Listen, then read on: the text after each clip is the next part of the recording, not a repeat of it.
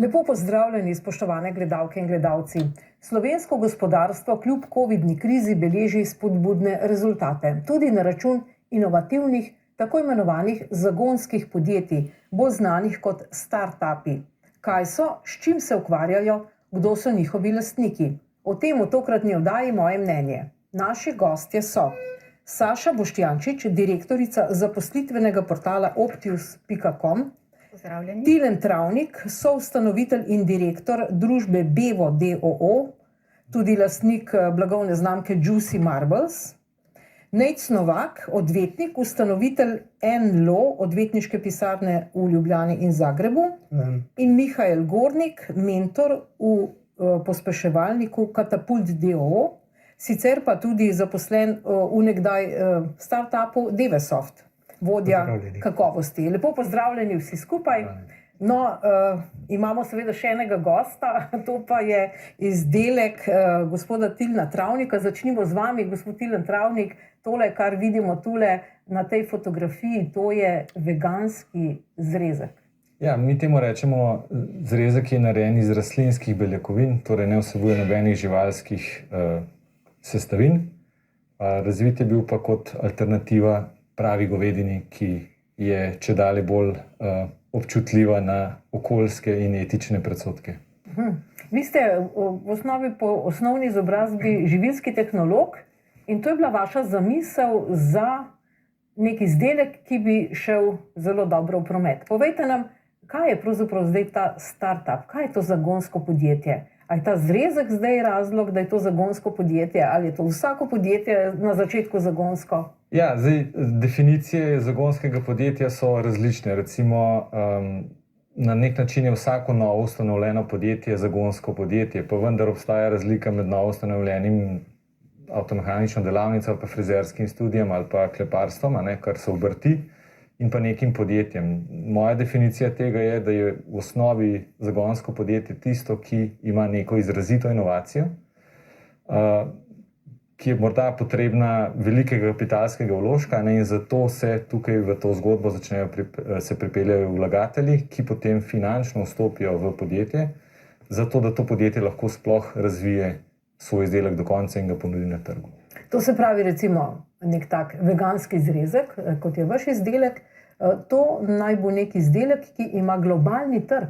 Ja, različni skladi tveganega kapitala, to je najpogostejši vir financiranja startupov v svetu, imajo različne kriterije, kaj v finančnem smislu bi to podjetje moglo biti sposobno v svoji prihodnosti narediti, da je za njih primerno za investicijo. Ampak zagotovo pa tukaj govorimo o tisti cilju, viziji, da je to podjetje sposobno v neki fazi generirati vsaj 10, če ne 100 milijonov evrov, dolarjev prometa na leto. Torej, vaš zrezek generira? Naš zrezek je trenutno na začetku svoje poti, ampak z ambicijo in planom, da bo postal tako veliko podjetje. Konec koncev imamo v kategoriji brezmesnega mesa že nekaj, bom rekel, podjetij, ki so svetovno uveljavljena, Beyond, Impossible in podobni. Njihovi izdelki pa so tehnično drugačni oziroma inferiorni našemu, saj temeljijo na mletem mesu. Aha, vaš pa na? Naš je pa popolna replika goveje mišice, torej z vsemi vlakni, maščobnimi deli in tako naprej. Tako da iz tega vidika mi smo sposobni rekreirati to izkušnjo pravega stejka, pravega zrezka, medtem ko konkurenca danes uspe narediti zgolj izdelke, ki so iz mletega mesa. Torej, še eno vprašanje za začetek. Vi ste potem razmišljali, kaj bi delal, recimo, ko beremo živali, pasja hrana, vse v zvezi z živalmi je tudi zelo trendovsko, zelo in. Kako ste vi prišli zdaj na to idejo? Je vse več veganov? Ali? Ja, jaz osebno sem po študiju zaključenem se preselil v informacijsko tehnologijo, tam preživel 12 let, ustvaril podjetja. Pa vendar sem 6 let nazaj zaradi zdravstvenih razlogov začel uživati samo rastlinsko hrano. To ti potem se meni je spremenilo, bom rekel, prizmo, skozi katero sem opazoval podjetniški svet in sem opazil, da se tudi na področju hrane podjetja vedno več, bom rekel, poslužujejo mehanizmov in metod dela, kot se jih tradicionalno samo IT-ovski startupi. In potem, ko začneš enkrat iskati za priložnostmi, jo prej ali slej najdeš.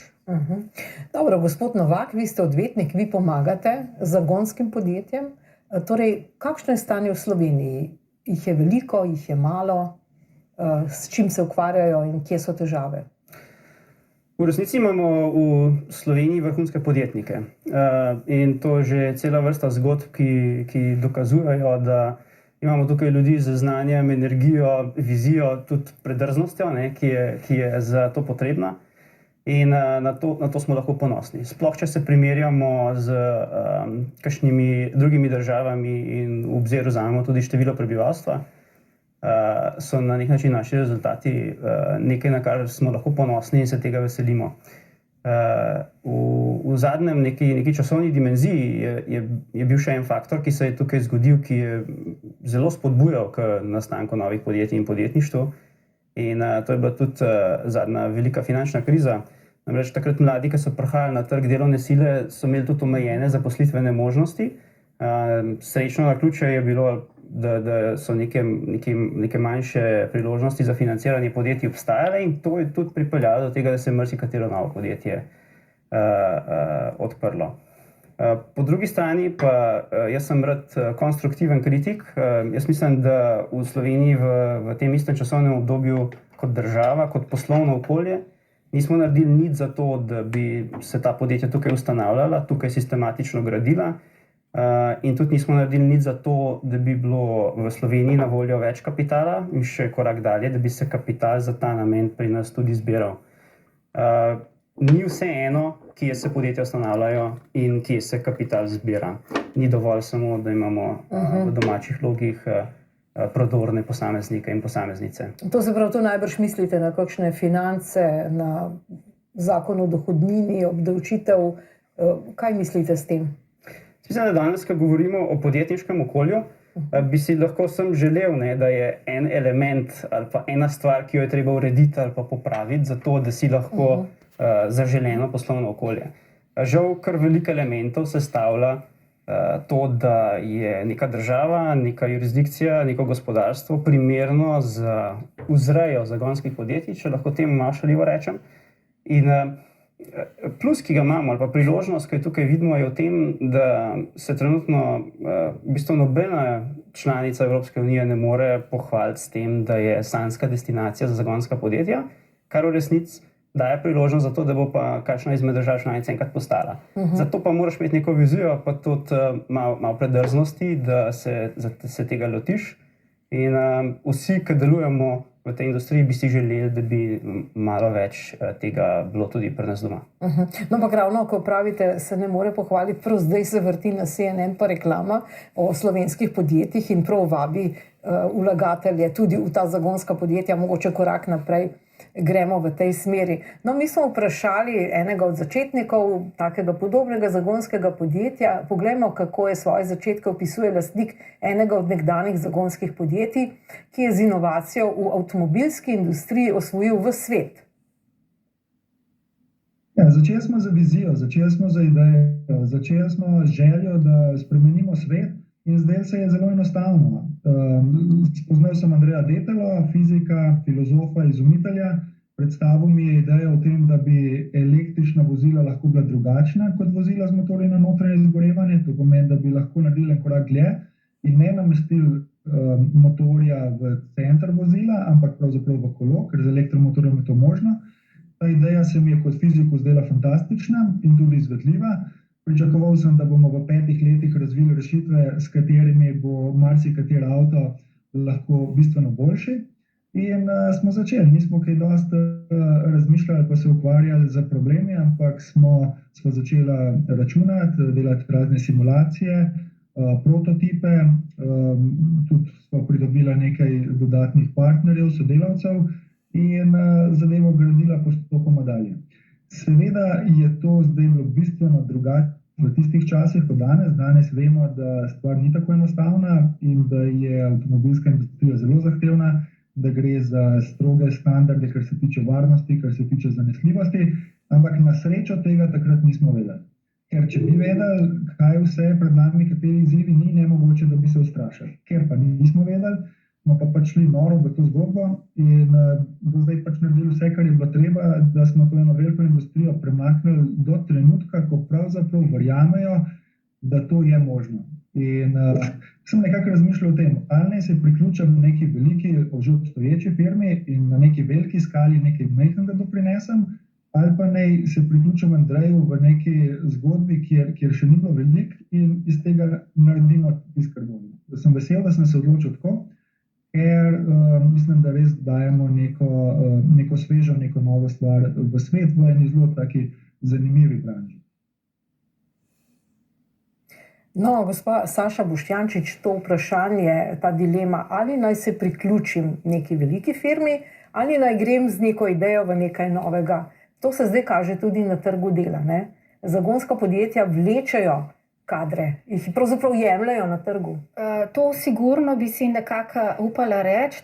Zdaj nekako nisem zasledila nekih res rezultatov ali pa anket ali pa raziskav na to temo, ampak po naših izkušnjah in pa po izkušnjah kolegov, s katerimi sem se pogovarjala pred to oddajo, nekako res ugotavljamo, da so ta zagonska oziroma startup podjetja privlačnejša sigurno za te mlajše generacije, seveda iz različnih razlogov, sigurno pa zaradi nekega drugačnega produkta, zaradi mogoče neke kulture, zaradi drugačnega razvoja zaposlenih, ki se tam s temi ljudmi ukvarjajo. Tako da, ja, bi rekla, da ja. Kateri pa so tisti poklici, ki jih mogoče tudi zagonska podjetja potrebujejo, pa jih ne dobijo? Zdaj, vemo, da na trgu dela praktično manjka vseh vrst kadra, ne, se pravi od najbolj enostavnih, preprostih del do strokovnjakov z izkušnjami, kompetencami, sposobnostmi. Vsekakor pa so v zagonskih podjetjih zanimivi, bom rekla, ljudje, strokovnjaki, potencialni zaposleni, ki imajo sigurno neka tehnična znanja, to je od IT strokovnjakov do programerjev. Potem so tukaj na drugem mestu bi sigurno omenila strokovnjake za digitalni marketing, seveda tudi naravoslovce, kot so farmacevti, strokovnjake z področja biotehnologije, biokemije.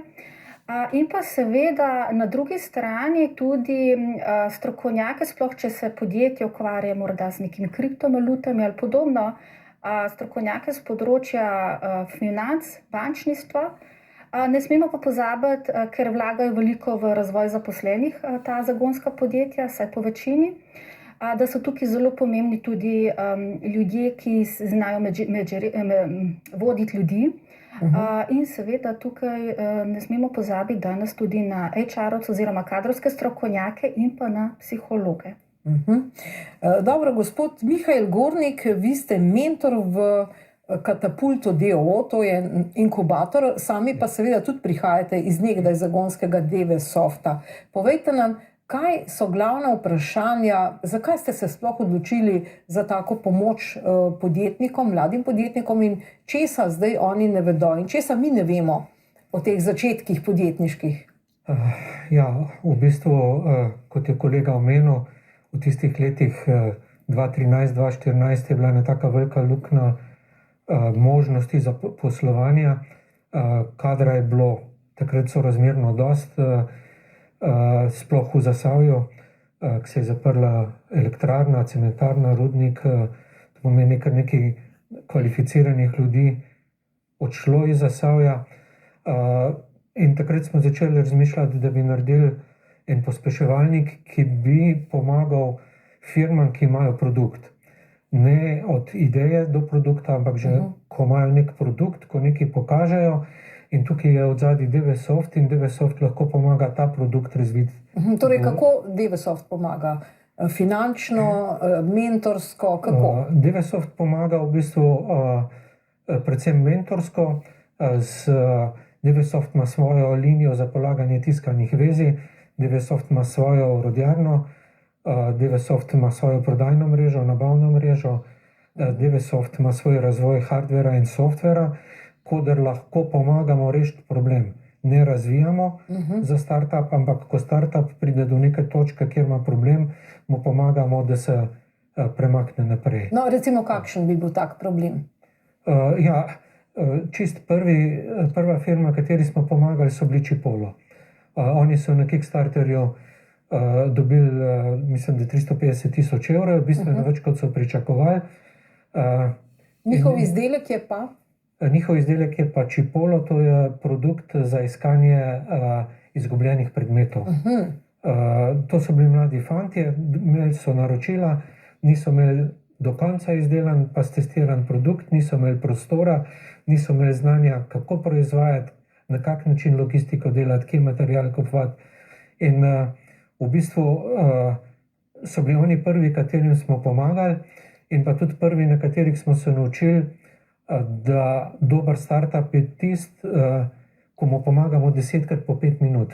To je malo karikirano, ampak ne moramo mi za startup delati. Startup mora delati sam, mi mu pa lahko, ko pride do neke točke, pomagamo, da gre naprej in tako se, da se... Torej, oni pridejo k vam z vprašanjem in vi v 5 minutah? No, včasih gre 5 minut. 10krat.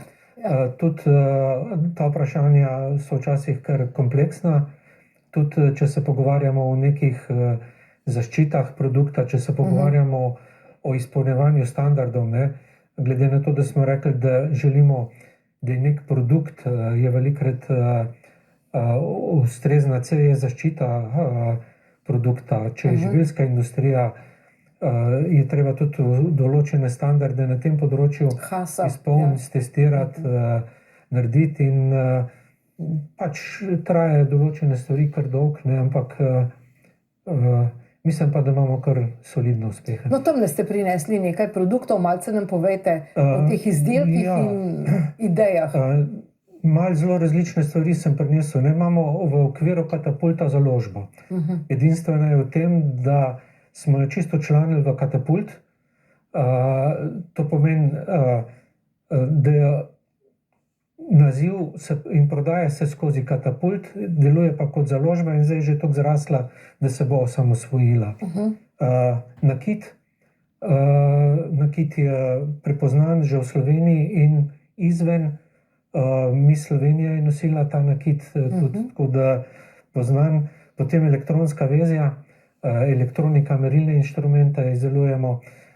Kooperativa 103 je tudi ena zelo zanimiva stvar.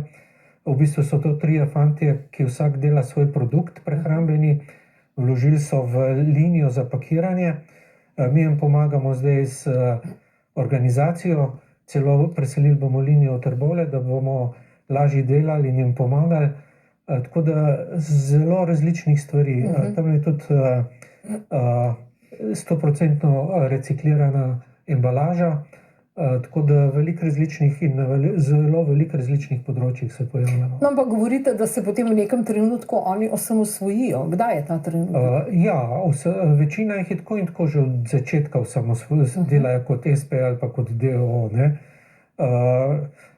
Ta trenutek, včasih to traja 1 leto, včasih to traja 3 leta, 4 leta, odvisno.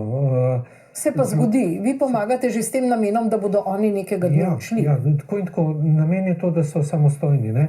Zdaj to, kak je kolega omenil, 10 milijonov, 100 milijonov, nažalost jih še ni, Chipolo je največji s 6 milijoni, tudi Devesoft kot startup, pa mislim, da smo zdaj kar zelo uspešen, še nismo prišli do 100 milijonov, ampak imamo ta cilj. Ja, zrezki vlečejo, sploh pa veganski. Ampak je pa veliko uspešnih podjetij, ki so že dosti uveljavljene na trgu in dosti močni na trgu, da se od tega živijo. Poudaril bi rad tudi še en zelo zanimiv področje. To je kombinacija sodelovanja med kulturo in industrijo in umetnostjo. To je v bistvu državna subvencija, je pomagala ustanoviti firmo, ki so verjetno v Sloveniji trenutno en najbolj prodornih na področju prenosa in obdelave misli. Neurofly je produkt, kjer lahko z mislimi krmilš avion, robotko Evo, kjer naj spremlja tehnične prireditve, jo je že spoznal, jo je že videl. Tako da tudi na tem področju umetne inteligence in tega so katapulti. No, ta telepatska tema bo pa sigurno v eni naslednjih oddaj. Torej, na začetku je izdelek, ki je nov, ki ga trg potrebuje in sprejme. Enako pomemben pa je tudi tim sodelavcev. Ja, v tujini se uporablja izraz startup, pa potem scale-up. Verjetno je ta ločnica nekako bleda, zamegljena, težko reči kdaj, ampak morda takrat, ko imaš nek proof of concept, to pomeni, da neka zadeva res deluje, jo potem lahko nekoliko skaliraš. Jo lahko skaliraš v pač večje količine ali pa morda v različne aplikacije. Mi zdaj smo v tej fazi, zaradi tega, ker smo pač pokazali, da naše elektronike in motorje nekako zanesljivo poganjajo prototipna vozila. Teh prototipnih vozil smo naredili že več kot 100, torej z 100 različnimi globalnimi strankami ali pa partnerji. Ogromno različnih stvari je bilo zatestirati, veliko je bilo tudi dela narejenega, da smo videli, katere aplikacije, kateri tipi vozil pravzaprav ima največ koristi od naših vozil. Zdaj smo v fazi, ko je teh stvari treba narediti več, jih treba narediti po avtomobilskih standardih, je treba dostaviti širši sistem, ker nikakor ni samo elektromotor, ampak je še vsa močnostna elektronika in potem krmilna elektronika za celotno vozilo oziroma za pogonski sistem. In za poskrbeti še za ostale procese, kot so razna validacija, sestava, kvaliteta in ostalo. Tako da to je ena taka zanimiva pot in ljudje se nam kar lepo priključujejo. Mislim, da je tukaj eno zadovoljstvo, ko ustvarjaš nekaj novega, ko je pač neka svežina, ko je nekaj, kjer res lahko vložiš noter svoje znanje in na koncu vidiš ne samo, da ta stvar deluje, ampak se lahko tudi zapelješ. Gospod Travnik, koliko imate vi zaposlenih? Trenutno nas je 15. In vi ste nekje rekli, da pri 40 letih je pa človek pa primeren, da ustanovi podjetje. Ja, jaz mislim, da včasih se pošalim, generacija podjetnikov, ki jih je Nejc prej omenjal, so v bistvu najprej naredili podjetja in potem imeli družine. Jaz sem tukaj izbral obratno pot. Tako da moji otroci so že malo starejši, ampak na nek način ti pa ta, bom rekel, ogrodje, ki ga družina od tebe zahteva, pomaga tudi pri podjetništvu, ker pač nekako moraš bolj strukturirati svoj čas in bom rekel, lažje funkcioniraš v tako pestrem okolju. To se pravi, pri 40-ih, takole ste zapisali v enem intervjuju, da je neka skupina podjetnikov, ki pridejo do točke, ko se jim paket plača, ugled, varnost, izpolnjujoče delo in izpolnjevanje cilja začne v neki fazi življenja podirati. Ja. No in ena od rešitev je kaj potem? Ja, ena od rešitev je ta, ki sem jo izbral jaz, in to je to, da v bistvu najdeš problem. V bistvu meni je glavno to, da se podjetnik zaljubi v problem, ki ga rešuje, ne v rešitev. Ker čim se ti zaljubiš v rešitev, potem zelo hitro si z njo lahko preveč zadovoljen in to ni dobro. Tako da problem, ki ga rešujem jaz, torej je, bom rekel, odvisnost človeštva od beljakovin, ki so živalskega izvora in za sabo prinesejo določene težave. Ta problem je meni všeč, jaz ga želim napaziti. A je to z rastlinskimi beljakovinami, je to s čim drugim. Ta trenutek se mi zdi to pot, pri kateri imam lahko dosežem največ z najmanj kapitala in hkrati imam tudi največ tega, kar sem nekako namigoval v tem članku, torej impacta, vpliva, pozitivnega vpliva na svoje okolje in se pravi splošno okolje. Je pa tudi največja droga, to ste pa tudi rekli, dobra plača, redna plača je droga, potem se ne premakne človek iz rednega delovnega razmerja. Tako je, ja. Dobra plača je, to pa ni moja izjava, to je pa kar nekaj, bom rekel, zelo uspešnih podjetnikov pred mano že povedal, ampak jaz se s tem strinjam. Tudi sam pri sebi nekako opažam, da je za mojo kreativno motivacijo potrebno vse kaj drugega kot dobra plača. Ne? In to je tudi v številnih raziskavah bilo omenjeno. Zdaj, pač nekateri ljudje, to je za startupe dobro, nekateri posamezniki, kot smo prej slišali, ne, ob isti želji pač iščejo nove izzive in so pripravljeni včasih sprejeti tudi malo nižjo plačo za večji izziv ali pa večji impact. No, kje smo mi, gospod Novak, kar se tiče teh startupov, zagonskih podjetij? Zdaj, zgodil se je v Evropi Brexit, je to, ki je vplivalo na nas, kje je Hrvaška, kje smo mi, kako je s tem iskanjem denarja prek spleta, prek raznih Kickstarterjev. Zelo znana je ta ptičja hišica, saj veste, ne?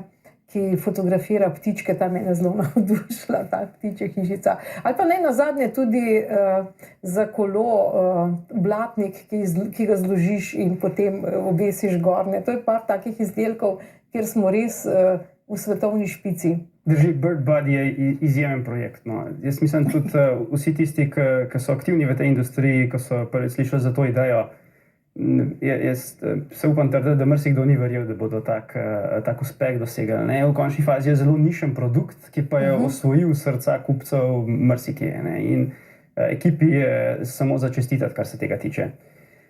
Evropa je trenutno v zelo zanimivi situaciji. Lansko leto je bilo, kar se tiče tveganega kapitala, za Evropo kot celoto rekordno.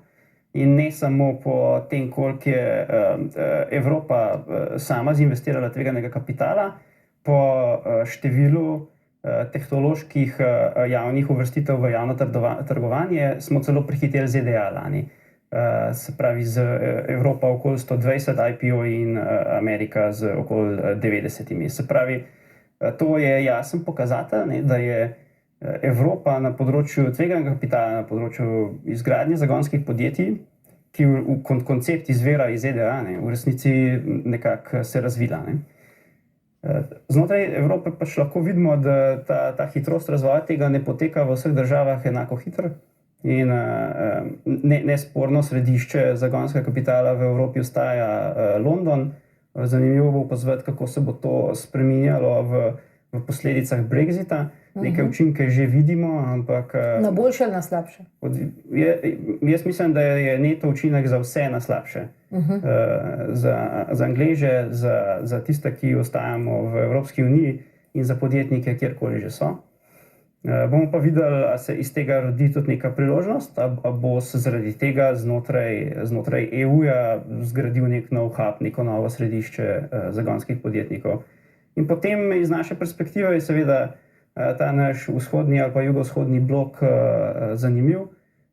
Jaz mislim, da ta blok je karakteriziran z zelo zanimivim bazenom kadrov. Mogoče tudi kolegica znala kaj več povedati o tem, ampak v resnici, če si zdaj predstavljamo Bolgarijo ali pa Romunijo, je karierni razvoj nekoga, ki bo šel graditi svoje podjetje, lahko popolnoma drugačen od tega, če bo sprejel neko lokalno zaposlitev.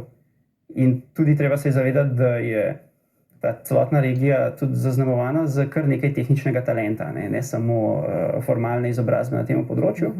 In to gotovo ustvarja neke priložnosti.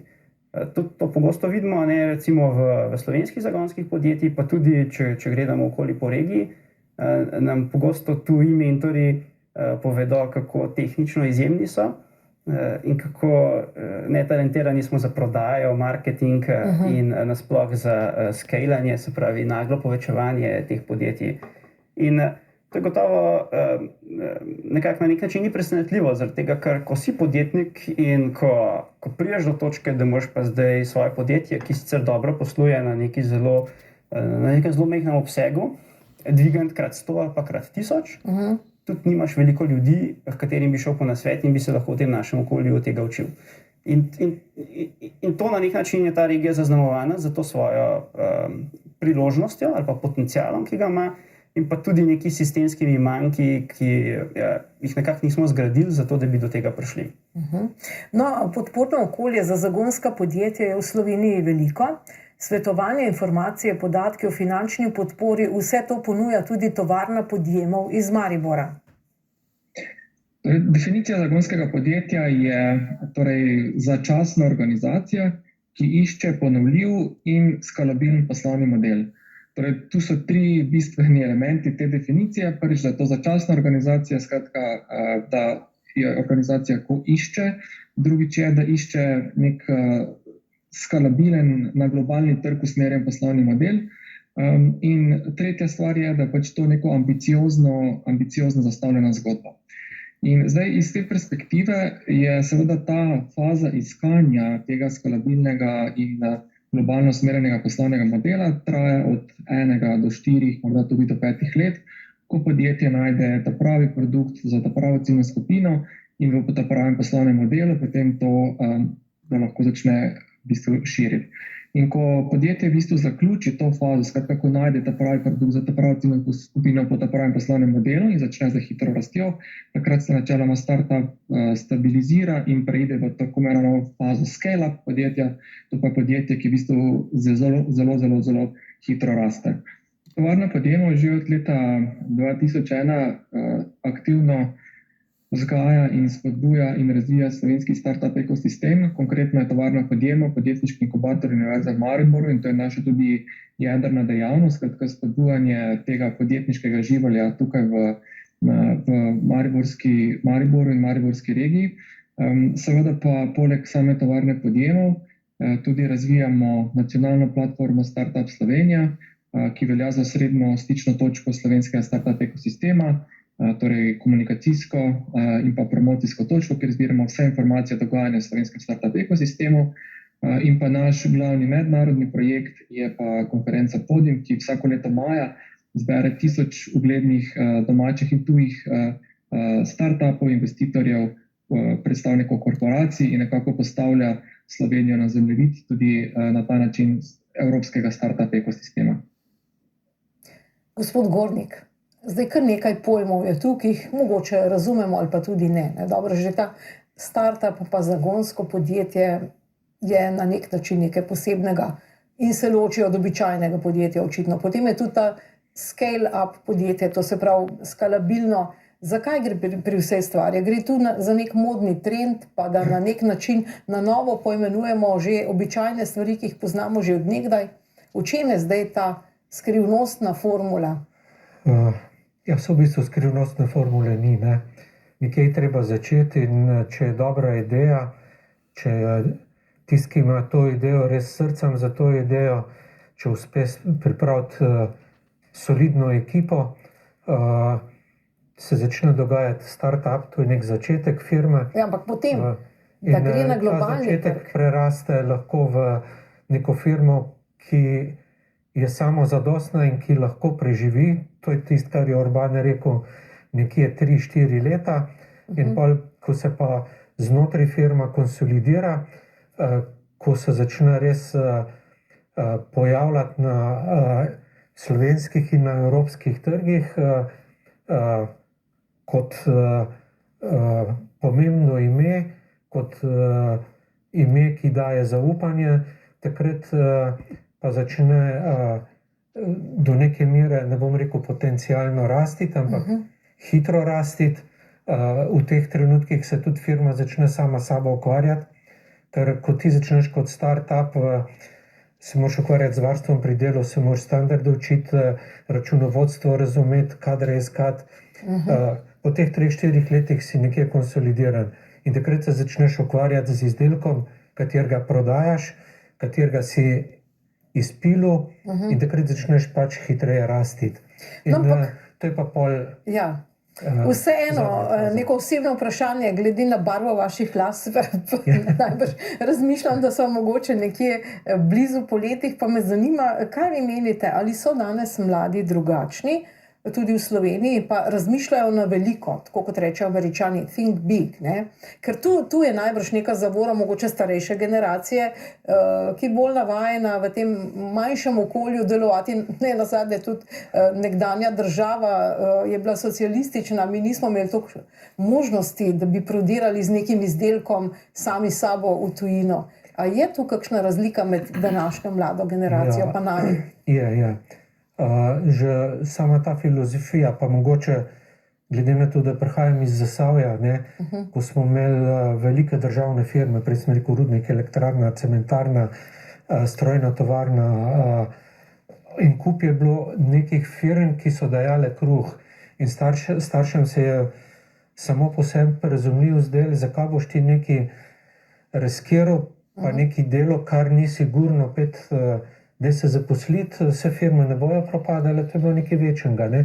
Vse država mora poskrbeti za zaposlitve.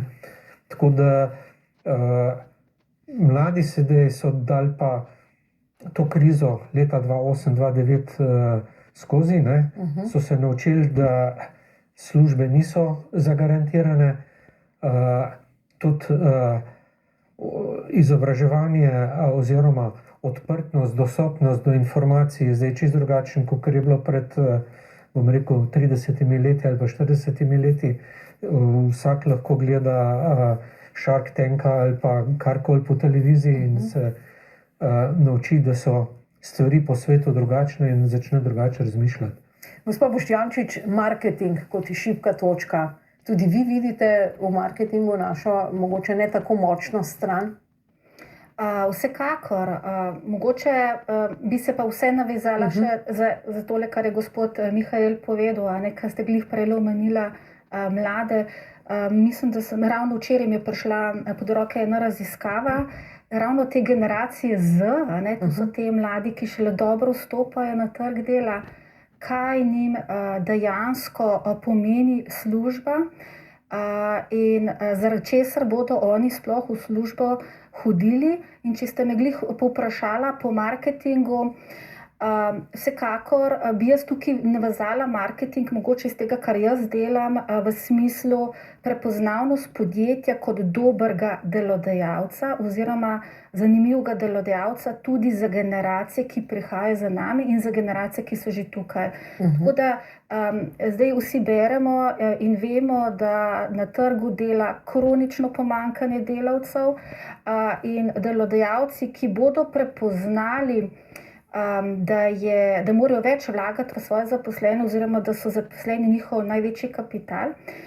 To je en del marketinga v smislu, da so njihovi zaposleni najboljši ambasadorji ali prideti v neko podjetje ali ne.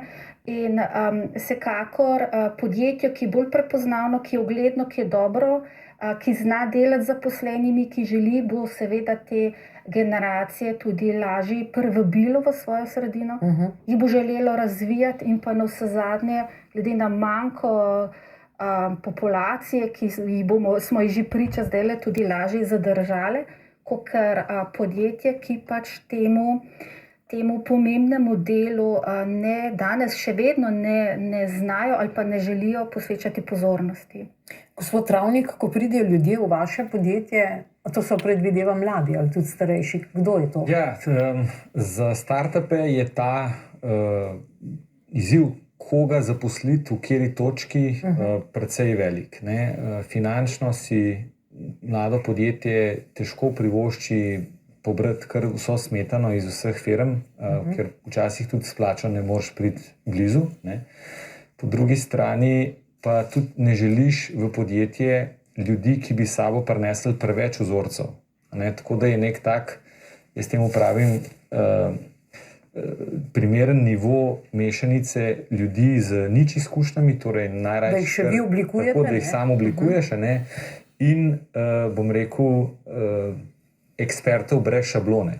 Torej, brez predsodkov. Brez predsodkov, nekoga, ki podjetju lahko pride in prispeva znanje v tej novi, drugačni realnosti. Zdaj, kako to dosežeti? Ja, nekaj študentov. Vi ste zadovoljni, vam je uspelo? Mi smo relativno zadovoljni, moram reči, da ta trenutek še nismo na točki, kjer bi nam zelo ponovljivo uspelo zaposlovati ljudi z več izkušnjami. Tudi nekako naše potrebe ta trenutek na tem področju šele nastajajo, ampak definitivno gledamo v to smer. No, vi ste strokovnjak, vsaj svoj čas ste bili tudi za vitko podjetje. Tako. To ni preveč simpatično, tu se špara na vseh. Ne, pravzaprav je, se pravi, lean oziroma vitko podjetništvo je v bistvu osnova za vsako startup podjetje. Se pravi, vsako startup podjetje mora na začetku biti zelo vitko, zato da sploh tiste prve faze z minimalnimi sredstvi lahko preživi in dokaže, da obstaja realna potreba po stvari, ki jo podjetje proizvaja. Ne. V teh fazah, bom rekel, vsa startup podjetja dihajo na škrge, ne. Naredijo velikenih potez, ki so od neizplačevanja neto prihodka samemu sebi kot podjetnika v lastnem podjetju do, bom rekel, iskanja denarja pri tako imenovanih poslovnih angelih. No, ampak to, ko ravno omenjate izplačevanje, je pa tudi značilno za ta zagonska podjetja, da izplačujejo ljudem v delnicah lastnega podjetja. Tako je, ja. Tega druga podjetja v glavnem ne počnejo. No, podjetje Devesoft, kot jaz vem, ima to urejeno, pa niso več startupa, ne. So pa seveda nek trend. Ja, v tujini je ta kompenzacija, ki je sestavljena iz plače, iz delovnega okolja, izkušenj in iz potencialne udeležbe na lastništvu, pomembna. Seveda pa taka stimulacija deluje le takrat, ko ima podjetje dovolj velike ambicije. Če je tvoja ambicija, da boš ostal na slovenskem trgu in kreiral neke prihodke, potem je delež podjetja, ki bi ga mogel nekomu dati, zato da bo to dojel kot kompenzacija, relativno velik. Če boš pa ti ambicije večje, je pa to lažje. Kot naš telefonski maček, ne, Tom in tako naprej. Tako. No, tudi pri zagonskih podjetjih je pomemben denar, kot slišimo. Nekateri celo pravijo, da je denarja veliko več kot obetavnih zamisli v zagonskih podjetjih. In to ne samo v Sloveniji, pač pa tudi v Evropi. In mi kot podjetniški inkubator ne ponujamo nobenega financiranja. Skratka, mi smo storitvena organizacija, ki z različnimi storitvami podpiramo podjetja pri njihovem razvoju. Seveda pa dobro poznamo vire financiranja, ki so na voljo tako v slovenskem kot v globalnem prostoru. In zdaj konkretno, če pogledamo slovenski prostor, je tu glavni vir financiranja za zagonska podjetja, jih ima Slovenski podjetniški sklad, kjer lahko zagonsko podjetje pridobi od 54.000 evrov zagonske spodbude, tako imenovane P2 zagonske spodbude, potem za eno nadaljno razvojno stopnjo 75.000 evrov konvertibilnega posojila, pa potem tako imenovana soinvesticijska shema, kjer lahko posamezno zagonsko podjetje dobi do 600.000 evrov soinvesticije v primeru, da zagotovi zasebnega vlagatelja. Ne. Tako da to je v bistvu to so glavni trije viri financiranja, javni viri financiranja za zagonska podjetja v Sloveniji.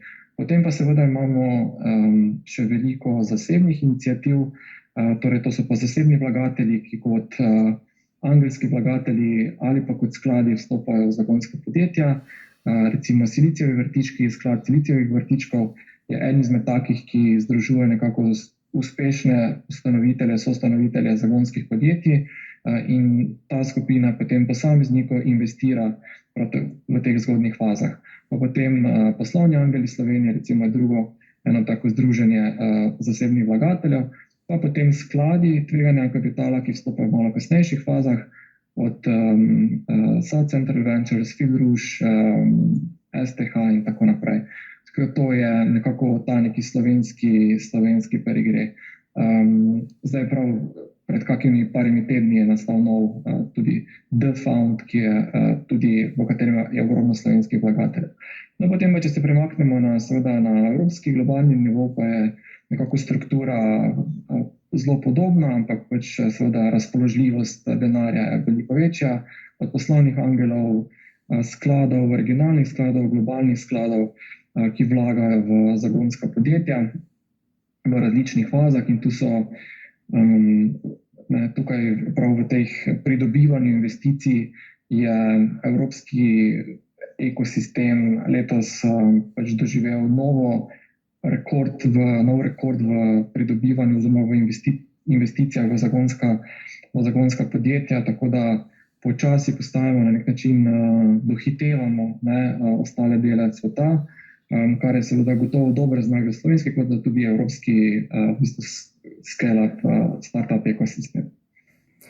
Gospod Novak, jaz sem se pri Silicijevih vrtičkih malce izgubila, torej ta seznam, ta zemljevid vsega tega denarja je pa kar velik. Kako se človek sploh lahko znajde, kje so podatke o vsem tem, kdo sploh vlaga v slovenska zagonska podjetja?